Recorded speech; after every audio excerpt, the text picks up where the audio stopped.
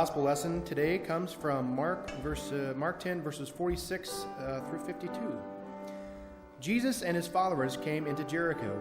As Jesus was leaving Jericho, together with his disciples and a sizable crowd, a blind beggar named Bartimaeus, Timaeus' son, was sitting beside the road.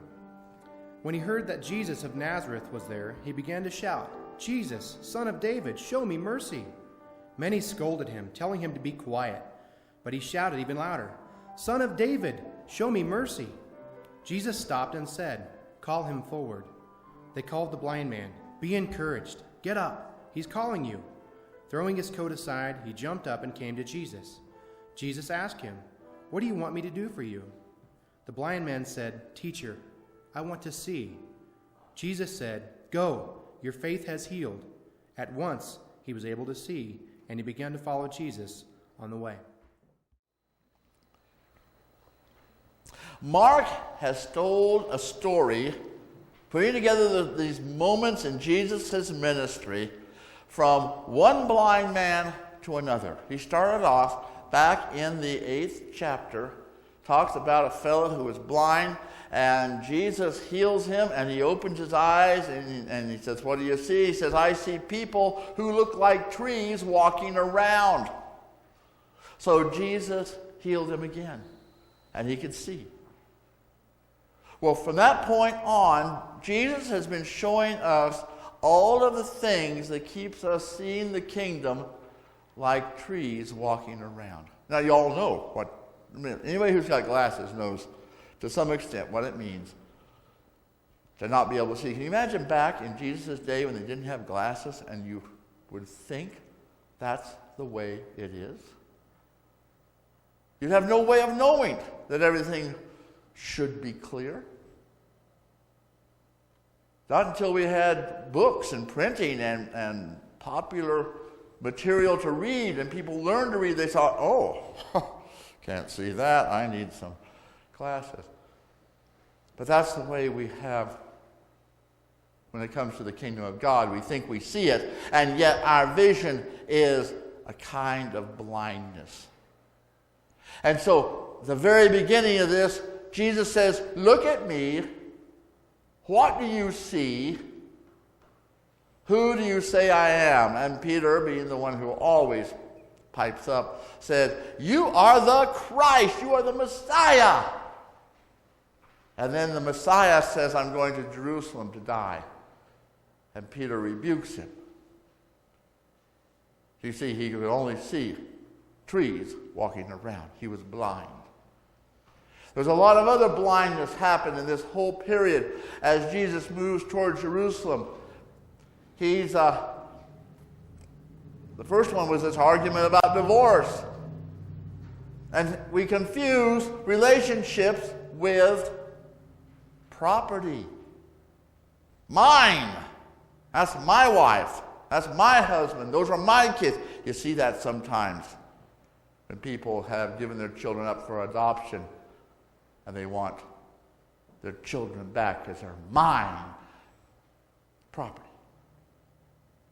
And then Jesus says, look at the kids. Look at the children. They don't know yet from property. They still think the world is wonderful. That's how you enter the kingdom, is when you let go of the property. And just then the rich man says, what do I give to get this kingdom of heaven? And Jesus says, give away your stuff.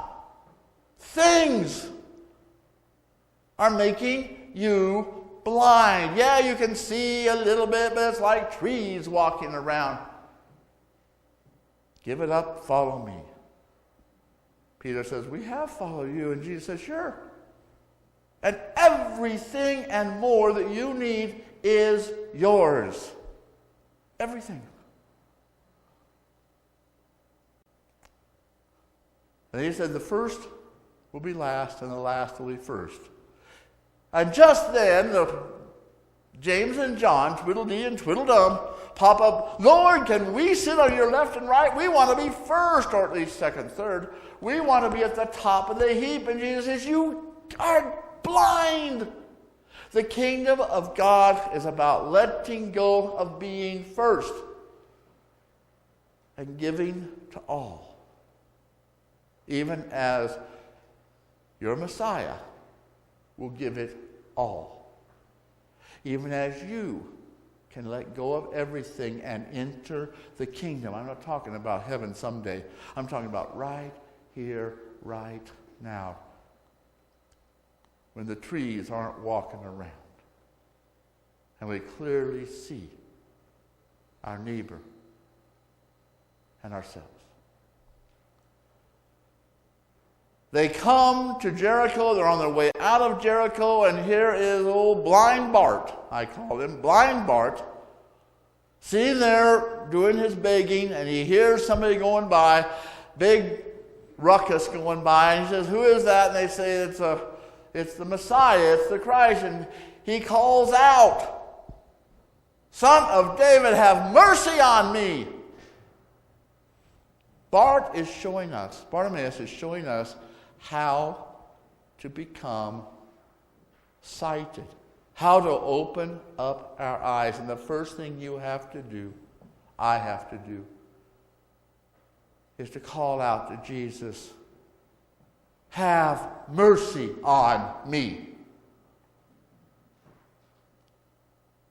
You see, Bartimaeus knew he was blind, but he didn't know what it was he needed.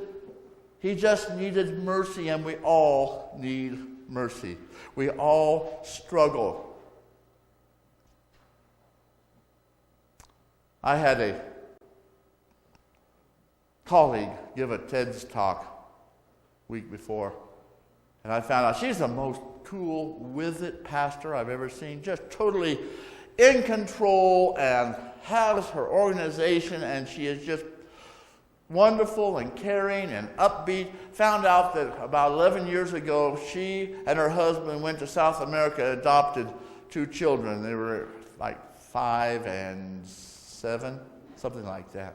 Brought them back, and she had all kinds of visions of wonderful things were going to happen. She was going to make them Christian. She was going to give them a good education. They would be able to speak Spanish and English and have a wonderful life. And she found out they were damaged. Seriously damaged. That first 3 weeks, she stayed at home to be with them. And on one of the days, they found her husband's rifle and came at her with it. Yeah. She didn't know it was loaded. She didn't know she had a rifle. And here they are. And they are constantly a problem. Fighting each other, fighting their parents, running away, won't do their school, won't do church. They just won't get it.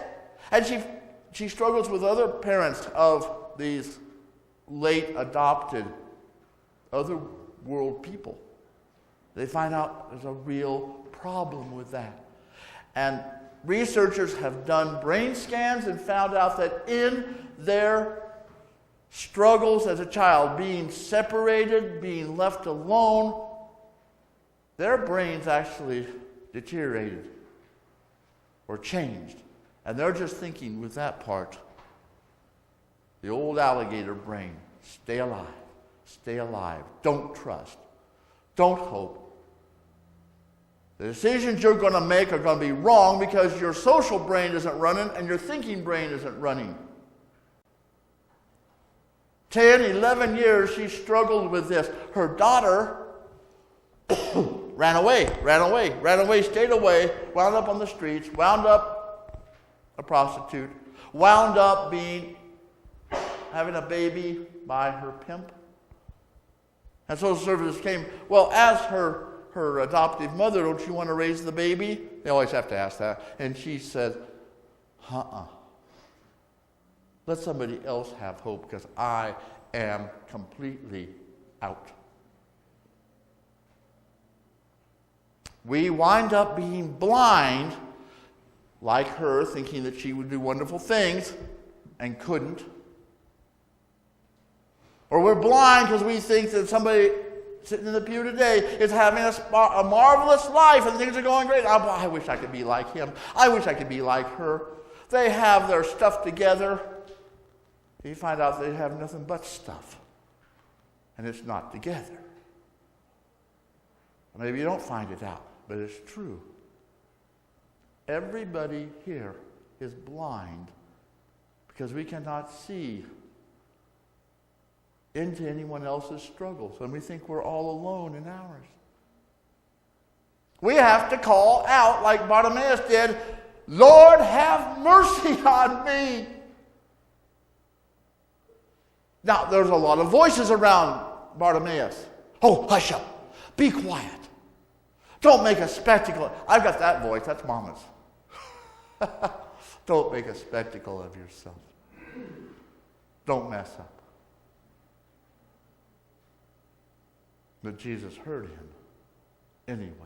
He wouldn't stop because of those voices, and Jesus heard him. And as soon as Jesus says, have him come here, those same darn voices, go! He wants you to go to him. Go, be happy. Stupid voices. And he goes. And he's asked, what do you want? Let me see. Just let me see. And he did. All at once. And he followed Jesus. Now, I remember now I had 2 videos I wanted to show you. Sorry, Drew. I want to show you a different kind of blindness. We're getting blindsided. Let's show that first one. See what happens there.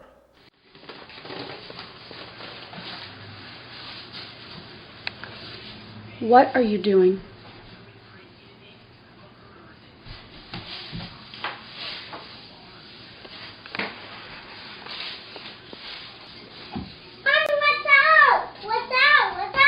Oh boy. Oh boy. Oh boy. Oh my gosh. Uh-oh, what's the matter, Mommy? What's the matter? Oh my gosh, I don't know what to do. I think I'm gonna throw up. Oh my gosh. Oh my gosh. Oh my gosh. It's not fair.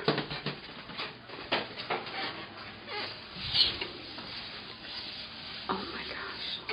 Oh my gosh. Oh my gosh. Oh my gosh. Oh my gosh. Oh, I'm gonna be sick. I don't know what to do. Oh my gosh. Oh my gosh. Oh my gosh. Oh, I'm gonna throw up. Oh my God, it's like a snowman puked all over my living room. Oh. She's like us. She's blind.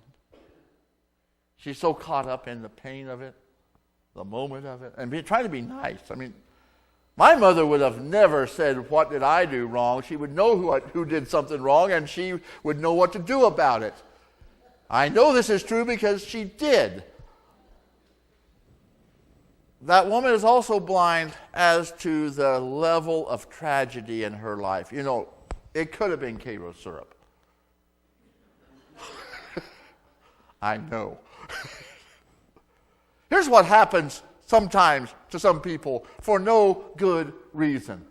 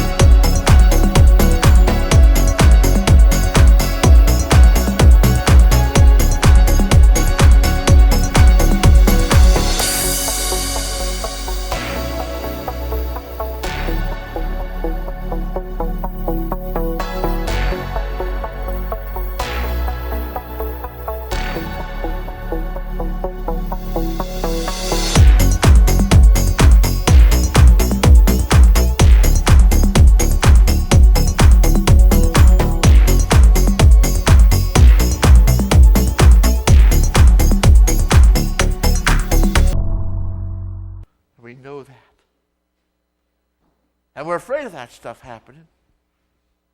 But what, at least for me, what I'm afraid of, what has blinded me most of my life, ever since I was 12, is the realization I'm going to die. Right? For me, it wasn't just, would I go to heaven, would I go to hell, would there be, roll the credits, fade to black? It was that knowledge, that voice that said, you will find out. It scared me. And so, for another 20 years, I tried not to think about it. And when I did think about it, I wound up in seminary, and I've been working ever since to make this life worth it. Then Charlie Brown showed me this. Somebody, you've seen this on Facebook. Someday we all will die, Snoopy. True. But on all the other days, we will not. That is so profound. On all the other days. On all the other days, we can cry for mercy even if the voices are telling us not to. On all the other days, Jesus will say, come. On all the other days, we can have our blindness healed. And the trees won't be walking around anymore. On all the other days, we have a chance to see the world through eyes wide open.